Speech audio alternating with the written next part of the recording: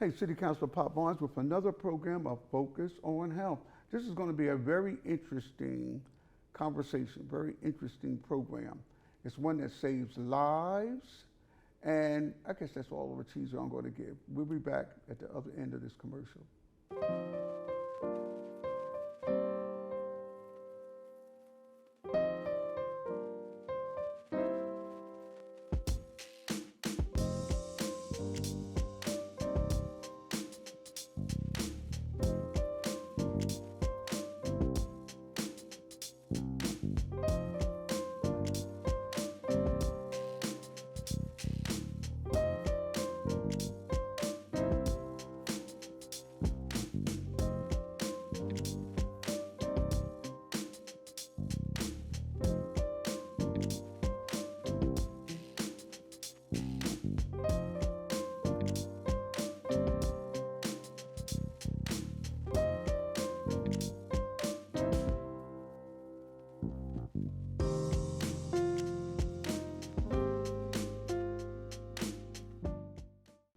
All right, we're right back with Focus on Health. Really interesting and very good program.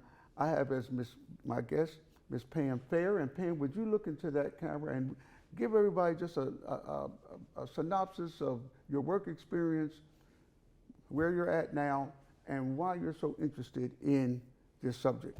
Absolutely. So I am retired from the Columbus Health Department, and I began there, in the 80s.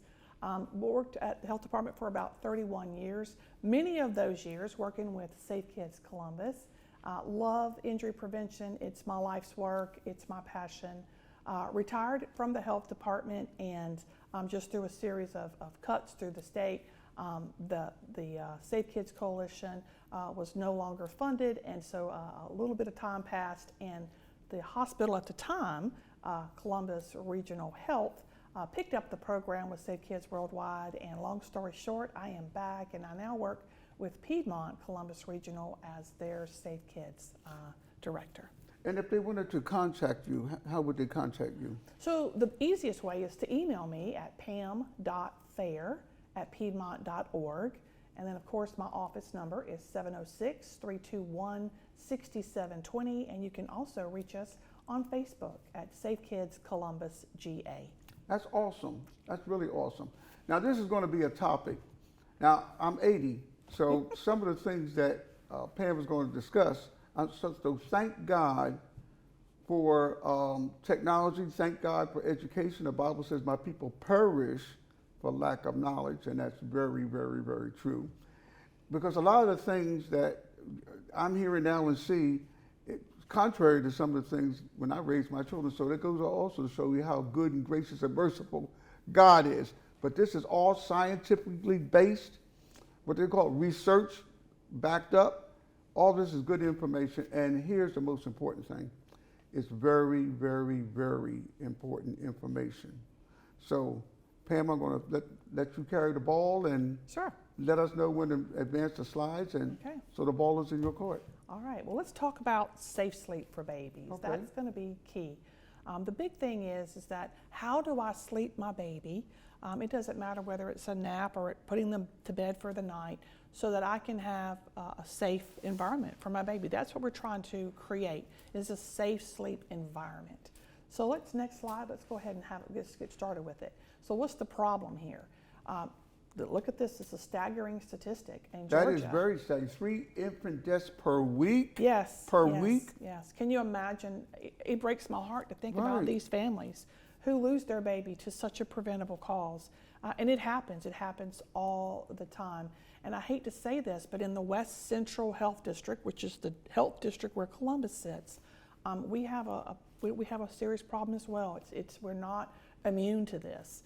We do have a problem, and that's why we're putting so much focus on this. And Pops, I thank you for helping us bring this situation to light. Well, it's because the majority of these deaths were preventable. Yes, absolutely. So let's talk about let's get into what we're talking about. So Sure. Next slide. So when we think about how do I create that safe sleep environment, what do I need to do? And things are different. You and I were talking before the show about how we slept our children. Right. And I did everything against what these current recommendations are. Amen and amen again. Yes, I tell my daughter all the time she's lucky to be alive with me as her parent. But it's easy to remember because it's ABC. So Right. the A is alone. So we know that the biggest thing about trying to reduce factors for SIDS, sudden infant death syndrome, is there's a lot of factors there. So the first thing is you want your baby to be in their own sleep space, alone. I think a lot of this has to do with good airflow around the child. Right. Their lungs are so little.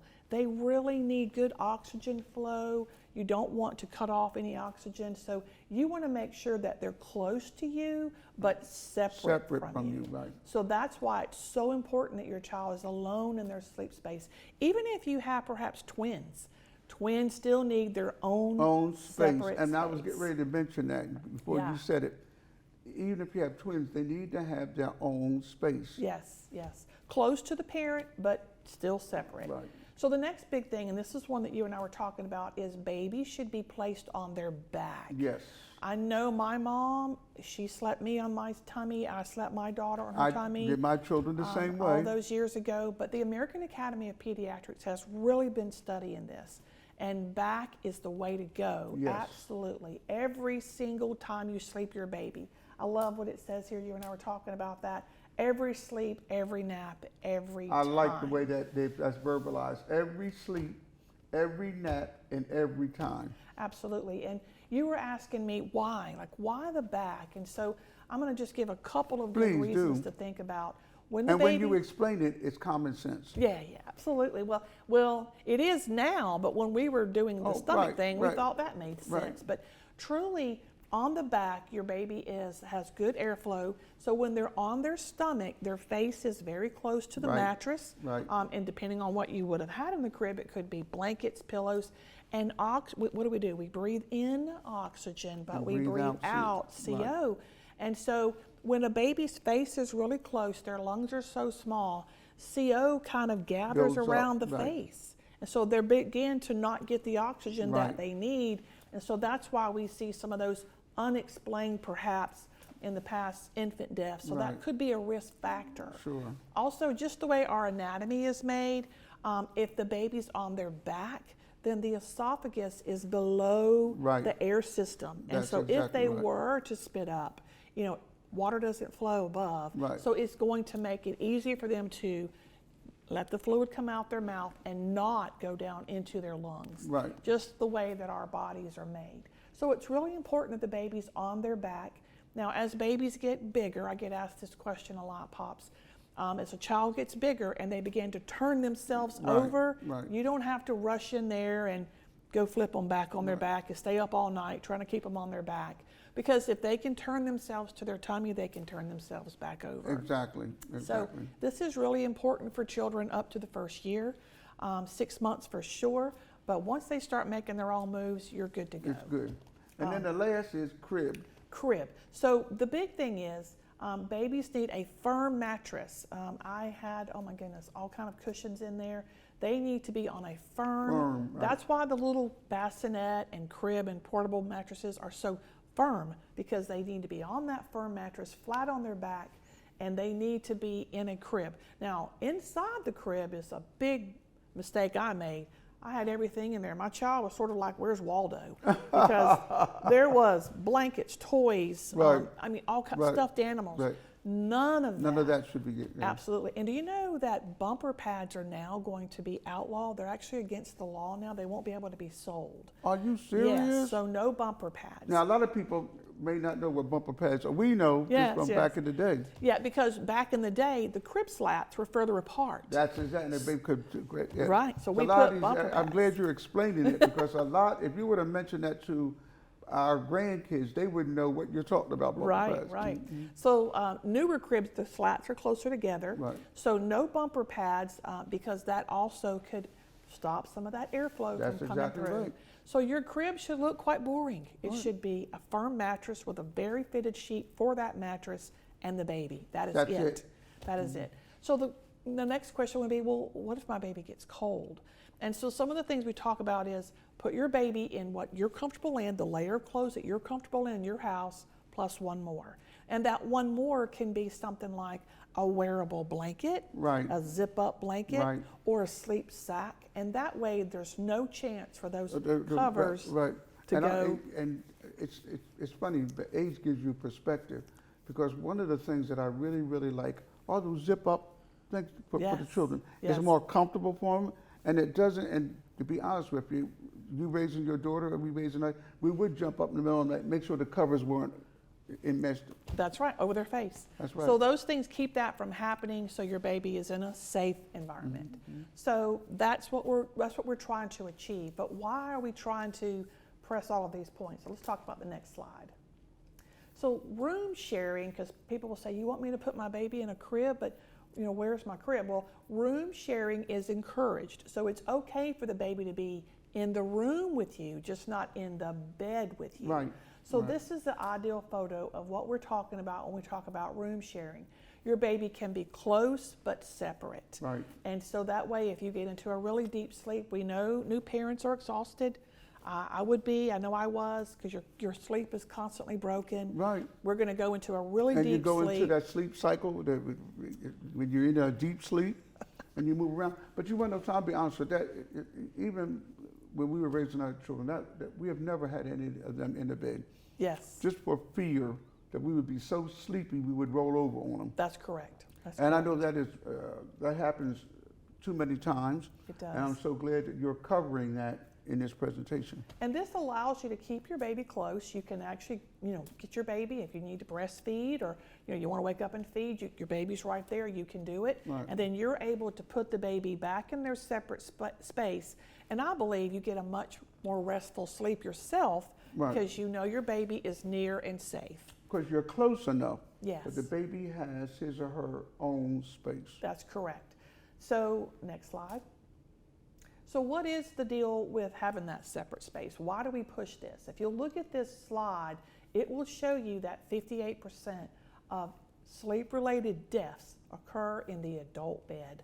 So obviously, we don't want to put our children there. That slide, when I looked at Staggering. it previously, it really stands out. Yes. I mean, that is When you horrible. look at, and that's all lives of babies that really did not have to be Right. taken so Right, early. right. So that adult bed is a dangerous place for a child. And that doesn't necessarily mean sleeping with somebody. That means putting the baby to bed by themselves in an adult bed. Right. Because they can get wedged if they move Right, around. right. They can get under pillows and blankets. They can get face down. So there's a lot of things about the adult bed that is just not meant for a little small baby. And I'm glad that you delineated a lot of other things that could happen, as you mentioned, not just adult rolling over, Right. but being entangled with the pillows and whatever it might be. Yes. So oftentimes that wedging and other materials in the bed is the factors. So if you put your baby to bed every sleep, every nap, every time in their separate sleep space on their back, every single time they sleep, then they're going to know this is the place where I sleep. Right. The baby's going to know that. They're going to sleep better. They're not trying to get comfortable or get themselves, where am I this time? So they're always going to be They're there. always right. And you have them in that safe sleep environment. So that's huge. And something else too that's in line with that. This brings a conversation that I had about a year ago. Also, with something like that, when you put a baby in a huge bed, they don't sleep well, because what do they do when the baby? They swaddle them. Yes. So right. that they feel close. So in something like this, where they're in a confined, that adds or supports the baby's sleep quality. It does. Think about the babies, they're in their mom's tummy Right. all those months, very Right. confined. Right. And so they're used to that. They're comfortable with that. Right, and they're it's what they know. But So, and, what they're comfortable with. yes, absolutely. I want to mention something before we move on from this stat, and there's a couple of others I wanted to share. When we think about, okay, what babies perish this way, what babies die from a sleep-related incident, and we think, okay, boys, male babies, sort of hedge out the girls. I'm talking about in our district, our numbers, okay? Males hedge out the females. So oftentimes, for whatever reason, we see more males this happen to. And then also 2 to 1, African American babies die over any other race. So it's Really? it's serious. We look That's at serious statistics. yes, 12 I think for white, and then like 33 for African Americans. Oh, wow. And then Hispanics come in there as Yeah, well. that's interesting statistic. Yes, it is. And so I think a lot of that comes from, we try to say, okay, what are those factors? Right. Why is that? And I know in African American homes, maybe perhaps we have very strong connections to grandma. Yes. I know we're listening to grandma. No, and that may very well be a Or huge- elders, it doesn't have to be grandma, just an elder. You've seen contributing factors. Yes. So perhaps one of the things that we've tried to do is really reach grandparents, Yes. elders Yes. with this message. Because my mom, for instance, you know, she thought we were supposed to still put the No, baby no, on their and stomach. and as I mentioned to you, I can't imagine any of our children that we didn't do that. Right. And I'm telling you, that's the best source of information out there is grandparents. There's no doubt there. I wouldn't say that. And the grandparents, you reach the grandparents. I mean, Right. not only the parents, but the grandparents, because as you very well know, what grandma or grandpa says, that's law. That's right. That's law. And of course, I can remember as a young parent, something would come up and I would be like, oh no, what do I do? I'd pick up that phone. That's it. And I'd call, you know, my elder source. I Right. absolutely would. That's exactly so right. it's important they understand the why. So we encourage young mothers when they take our class, and we'll talk about that in a moment, to talk with their mothers, their grandmothers, to explain to them why the information has changed and get their buy-in. Because I think that's important. Because, you know, it worked for them, obviously, whatever methods they're using for all sorts of things. Right. But there's a wealth of knowledge there. We just want to make sure that we help elders, grandparents kind of get the latest information. And could we go to that same slide showing the statistics? That is a wake-up call. Yes, it absolutely Now that is. when you see something like that, that is a wake-up call. Sleep-related deaths by sleeping place. That's Right. I'm just telling you, that's a wake-up call when you look at And something like something that. else I'll mention here, Pop, is it's not just the bed that's a problem. We see things like car seats. If a baby's asleep in the car and they're coming into the house in their car seat and leaving the baby in the car seat, Right. that is not the position that you No, want your that baby to isn't. be That in. isn't right. So that's why it's so important to get your baby accustomed to coming out of whatever they're in, a swing, a car seat, whatever it may be.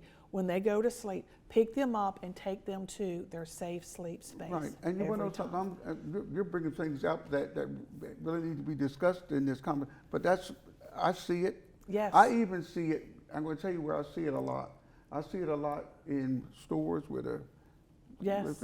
and you know, they look really cute sleep, but that's not where they're supposed to be. having Not for restful like sleep. if you are at home or you're making your way to home where their safe sleep space is, Right. it's important that you know, hey, don't let your baby sleep. You know, another one that was big, I actually have a picture of this on the wall in my home, and now I use it as an educational tool, but laying on top of someone's chest, a baby sleeping. Oh, now That's I have another- yes. Yes.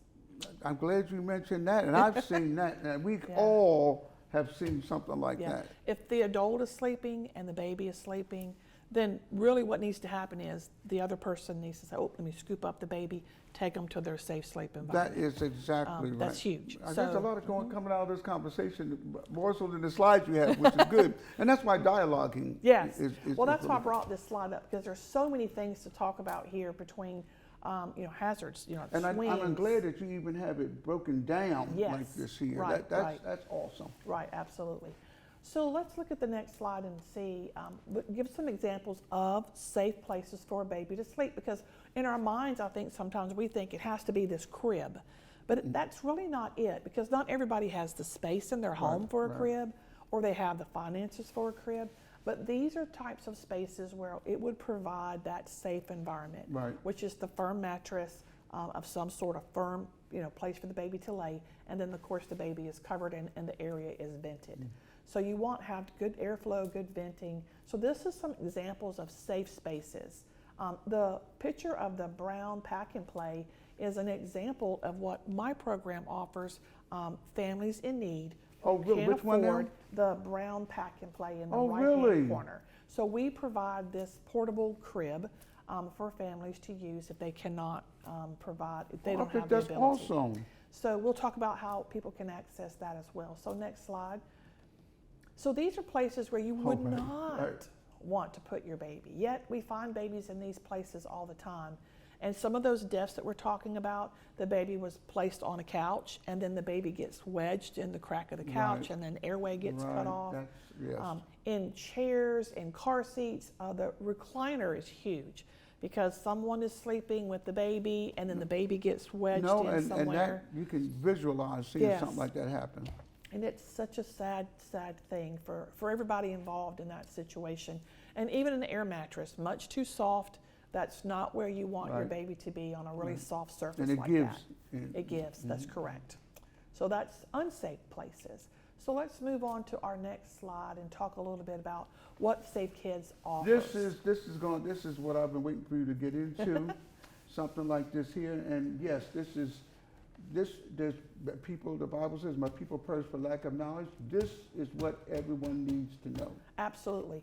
And what I think the first thing to know is that it is for the education component of what we do. We do an online safe sleep class for parents or grandparents, whoever would like the information. Anybody and everybody can attend our class. So let me yeah. back up here because you're talking Sure. to someone who hasn't entered the computer age yet.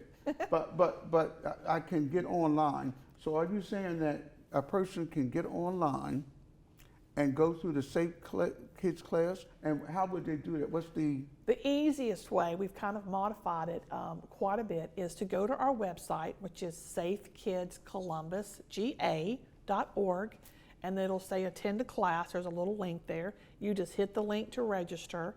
And then if you know that you wouldn't qualify for a pack and play and you wouldn't want to take one, if you have one, you wouldn't want to take one from a mom who couldn't afford, you just want the education. There's a place to say that. I just want to attend the class. And you click great. that and then we'll get you in. So a lot of families and a lot of parents do that. And we're happy to have them join us in the class. But let's say you have a tremendous need, you don't have a place for your baby to sleep. Then if you're eligible and you'll apply through this same route, you're going to answer our questions. We'll get right back with you. I have someone who monitors that on a pretty much day-to-day basis. We'll get back with you and let you know if you've been accepted, and then you would be able to attend the class and also receive a portable crib, just like the one that you see here. Maybe not the same fabric, but it'll be a portable crib like that. And I noticed they got the information. I didn't see it at first. So all the information, because Yes. this is very important. It is. It is. It was a wake-up call when I saw the statistics. I'd like to take a break here. Okay. And we'll be right back at the other end of this commercial. Is vaping really better than smoking cigarettes? Don't let the flavors fool you. E-cigarettes contain thousands of the same toxic chemicals. Before you get hooked, learn more at cdc.gov. Welcome back to Focus on Health. Let me just tell you something. I'm excited about all this information. Being a dad, being a granddad, being a great-granddad, and I hear we have a delivery on the way. But this is really good information. It dispels a lot of things. Just thank God for His mercy, for my children are here. And so this is really awesome. And so if we can go back to the slides you were talking about. Absolutely. So we were talking about the Safe Kids program that helps educate families about safe sleep. And for those that are in greatest need, we can provide a pack and play. Now there is a process for our class. First, you do have to apply through our website. And that's really important because that's the only way that you're going to be able to get into and for us to get you an appointment and to verify if you're eligible. And then when you apply and we tell you that you've received the go-ahead for the course and the pack and play, if you're eligible for that, then everybody takes what we call a pre and a post survey. So we want to find out, it's like 7 quick questions right there on your phone, nothing complicated. They'll send you the link and you just click it. And we want to find out, what do you know about safe sleep prior to the class? And then we have the class, and then we want to send you the post survey, which is very similar to the pre-survey, but now you should know the answers. And then if I had taken this test, I could see where I would not have passed it, but now I think I will aced it. That's right, that's right. And so what I do is I use that information to show, our community the effectiveness of this program. And that's why it's so important that we capture that. And then after you do the pre-survey, you take the class, you do the post-survey, and then you're cleared to come and do a drive-through pickup. That's so that's awesome. how it works. And so we find that we reach a lot more parents because of the class is virtual, and they don't have to make their way to a classroom setting, especially if there's transportation issues. So we find that it works really well for us to kind of get through that process. And I like to hit on the fact that this is so important that you are having seminars even for professionals. Is that correct? That is correct. And we are. when are those things occurring? So you're talking about the Safe Sleep Symposium? Right. Okay, so that is the next Oh, okay, slide. we want to be showing that I've next. got a picture of it, Okay. so we might as well let them see our picture. Oh, there it is. So our Safe Sleep Symposium, we are working to try to help professionals better educate new parents about what is a safe sleep environment, why is it so important. And so we're offering a symposium. It's actually a two-day opportunity. You can attend one day or both, either way. It's the same topic of conversation, but we're coming at it from different angles. Mm-hmm. So the first day will be at St. Francis Hospital in their Butler's Pavilion. And then we'll have Terry Miller. She is the program manager for Safe Sleep for the Department of Public Health. Okay. She's amazing. She knows this topic inside and out. She's going to be talking about the American Academy of Pediatrics recommendations. Okay. So the thing about the symposium is you absolutely need to register. It is from 11:30 to 1 on both days, and we will provide you with a box lunch. However, you have to register. Right. If you show up and you didn't register, you can attend the symposium, but I won't have a box lunch Right. for you. So that's just up to you. But so the symposium is on October the 4th at St. Francis. October the 5th will be at Piedmont Columbus Regional Conference Center. And the speakers there will be Dr. Rebecca Ramey. She is the Chief of Pediatrics for Piedmont. And then also we have Dr. Stephanie Walsh, and she is renowned in her knowledge of safe sleep.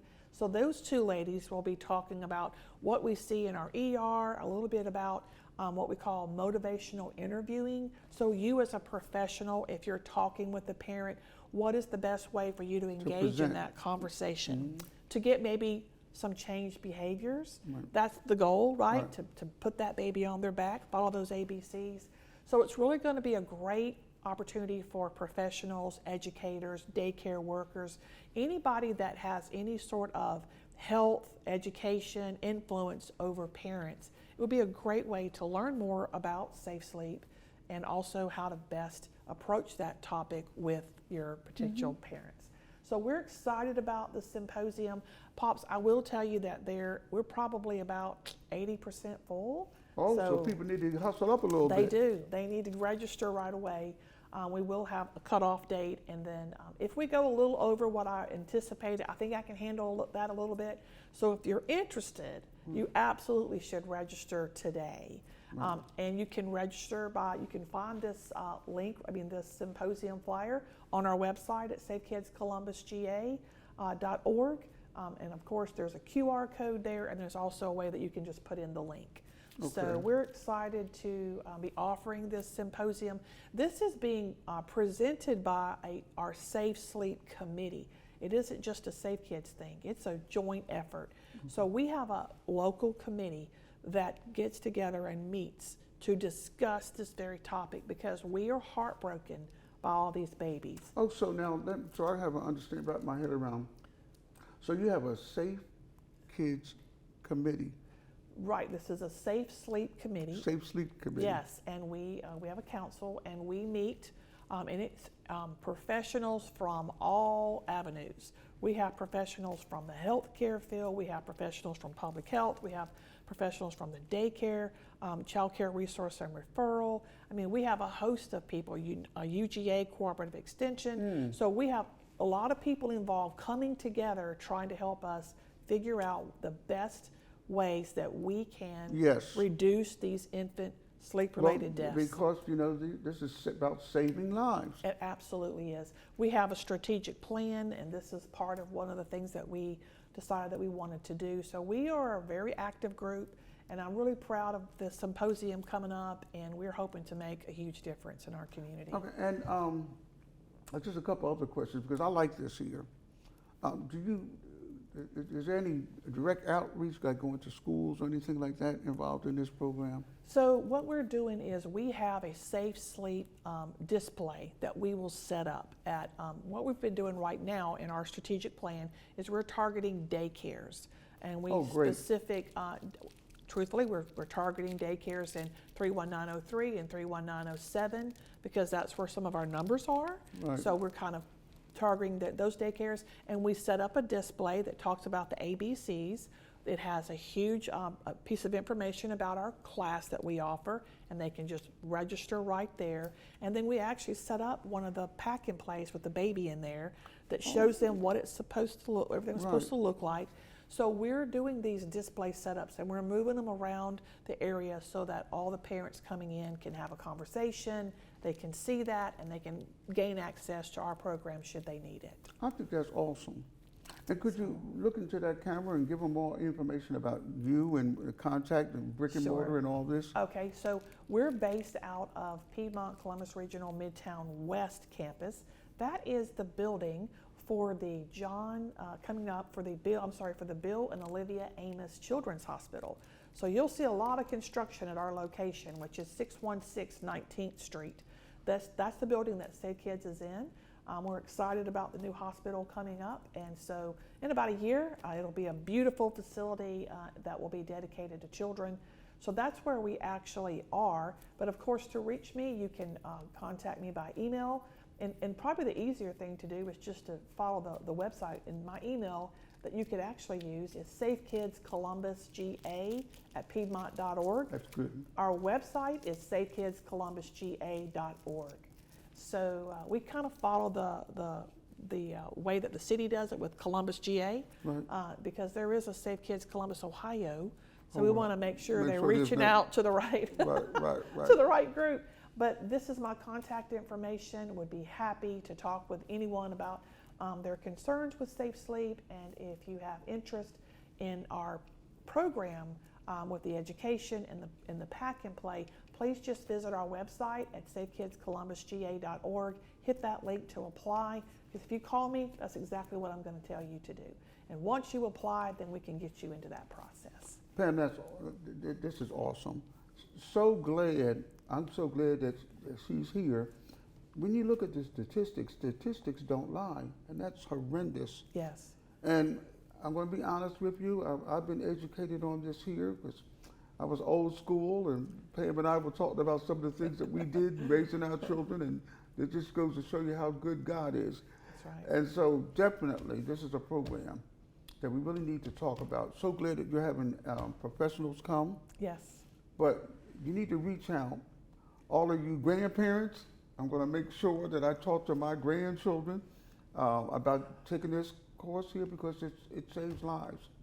And so I want to thank you again for taking the time. Thank you. And this is what I always like to tell people before we leave. This program is for health, gives you enough health information so that you can choose to live a healthy lifestyle or practice healthy things, and at the same time make very, very informed healthcare decisions. And so till next time, please remember that everybody is somebody's loved one, and that's every last one of you. And so until next time, please be good and kind to yourself, because God loves you. Bye-bye now.